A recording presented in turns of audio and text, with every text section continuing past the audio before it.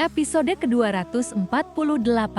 Kinmu menatap pemuda di hadapannya dengan bingung. Xingren, pernahkah kalian mendengar nama itu? Tanyanya kepada Ling Yuxiu dan yang lain. Mereka menggelang. Belum pernah. Nama keluarga Xing juga sangat jarang. Siung Xiang lalu berkata, tanyakan tabib surgawi Qin yang sedang dia cari. Mungkin kita mengenalnya. Kinmu mengangguk. Saudara Xing, tabib surgawi Qin yang mana yang ingin Anda temui? Xingren tersenyum. Tentu saja Kinmu, tabib muda paling terkenal di ibu kota. Dia juga guru kultus iblis surgawi. Kemampuan pengobatanku cukup tinggi. Tetapi setiap kali aku mengobati diriku sendiri, kondisiku justru semakin buruk. Bagian-bagian tubuhku mulai saling menolak. Beberapa waktu lalu aku bertemu Grand Master Istana Emas Walan. Dia menyarankan agar aku mencari tabib surgawi Qin. Mendengar nama itu, Kinmu langsung mengumpat dalam hati. Pamongsal lagi. Orang itu benar-benar tidak pernah berhenti membuat masalah. Namun di luar, ia tetap tenang. Jadi Anda mencari Master Kultus Iblis Surgawi. Aku pernah mendengar namanya. Katanya memang luar biasa. Xingren mengangguk. Aku juga mendengar dia membantu pengajar Kekaisaran Perdamaian Abadi membangun kapal perang, menaklukkan padang rumput, menghancurkan istana Emas Walan, bahkan membuat meriam surgawi yang mampu menembak jatuh dewa. Orang seperti itu sangat berbahaya.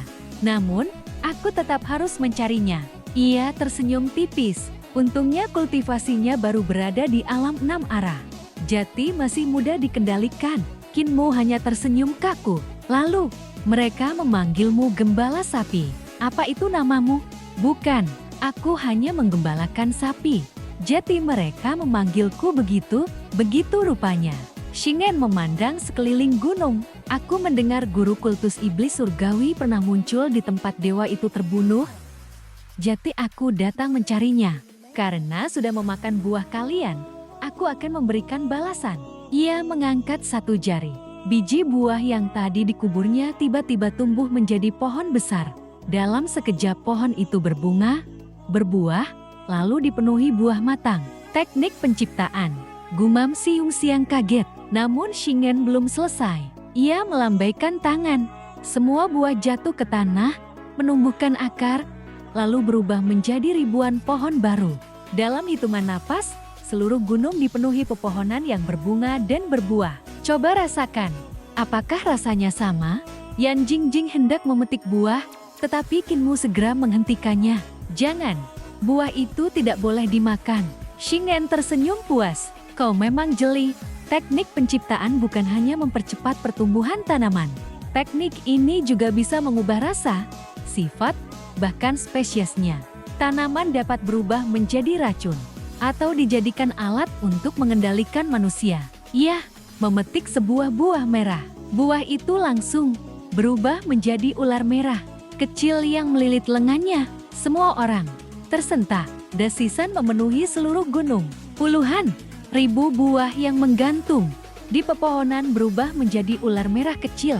Ribuan pasang mata dingin menatap mereka dari setiap arah. Hebat, bukan? Kata Xingren sambil tersenyum. Aku mempelajari teknik penciptaan kultus iblis surgawi dari Grand Master Istana Emas Walan. Sayangnya, bahkan dia belum memahami seluruh esensinya. Kultus iblis surgawi sendiri lebih mengecewakanku lagi. Tidak ada yang benar-benar menguasainya. Tatapannya beralih kepada Siung Xiang. Namun gadis kecil ini mengenal teknik itu. Dan Cult Master Qin juga cukup hebat. Dia bisa melihat bagaimana aku mengubah bentuk benda. Siung Xiang terkejut. Jadi kau mengenali kami? Aku tidak mengenal kalian. Tetapi Grand Master menggambar wajah Cult Master Qin agar aku tidak salah orang. Kinmu memandangi lautan ular merah di sekeliling mereka. Ia juga menguasai teknik penciptaan dari Great Educational Heavenly Double Script Chess. Ia bahkan pernah menggunakan teknik Earth Iron untuk menumbuhkan pohon dan buah. Namun dibandingkan kemampuan Xingren, semua itu terasa seperti permainan anak-anak. Mengubah biji menjadi pohon, pohon menjadi buah, lalu buah menjadi ular berbisa. Kemampuan seperti itu hanya pantas dimiliki dewa. Yang lebih mengerikan lagi, ular-ular itu bergerak serempak seolah dikendalikan oleh satu kehendak. Qin Mo akhirnya memahami bahwa ucapan Xing En tentang buah yang mampu mengendalikan manusia bukanlah ancaman kosong. Ia menarik napas panjang. Saudara Xing, mengapa sebenarnya kau mencariku? Xing En menatap kedua tangannya. Karena tubuh ini mulai menolakku. Bagian-bagian tubuhku tidak lagi mau bekerja sama. Ia tersenyum tipis. Aku tahu di sekitarmu ada banyak ahli. Aku bahkan mengenal Dewa Pedang. Dia memang cukup berbahaya bagiku. Untungnya sekarang dia sedang menuju biara petir besar. Hati Qin Mo langsung tenggelam. Jadi semua yang dilakukan Xing En hanyalah siasat memancing kepala desa dan para tetua keluar dari desa lansia. Cacat, target sebenarnya sejak awal hanyalah dirinya. Xing En kembali berbicara. Tahukah kau, dalam 7 tahun seluruh tubuh manusia berubah. Kulit, darah, rambut, tulang, bahkan organ dalam terus berganti. Kalau begitu, apakah dirimu yang sekarang masih sama dengan dirimu 7 tahun lalu? Matanya perlahan berubah. Di dalam pupilnya muncul 9 lingkaran langit. Mata surgawi milik Blaine. Kalau tubuh memang terus berubah, mengapa kita tidak mengambil kendali atas perubahan itu? Katanya penuh gairah. Mengapa tidak mengganti bagian tubuh yang lemah dengan milik para ahli yang lebih kuat? Bukankah itu sama saja? Karena itulah aku memutuskan menjadi dewa. Tatapannya dipenuhi kegilaan. Aku mulai meneliti cara mengganti tubuh. Orang pertama yang kugunakan adalah guruku sendiri. Saat dia lengah, kupenggal kepalanya dan kuganti dengan kepalaku. Berhasil, namun dia terlalu lemah. Jadi aku terus mencari bagian tubuh yang lebih baik. Ia menurunkan peti besar yang selama ini dipikul di punggungnya. Peti itu terbuka.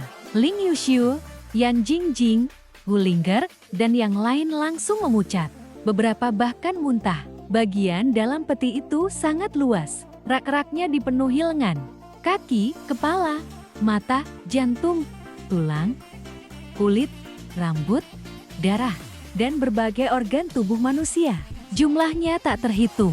Xing En memandang semua koleksinya dengan mata berbinar. Lihatlah, bukankah ini karya seni yang indah? Tubuhku adalah mahakarya yang terus kususun ulang. Aku bahkan pernah mengganti otakku. Namun senyumnya perlahan memudar. Sayangnya, bagian-bagian tubuh itu masih saling menolak. Bahkan kemampuan medisku tidak mampu menyelesaikannya. Ia menatap Qin Mo. Dewa Pedang mengira aku datang untuk mencari tinju surgawi Rulai.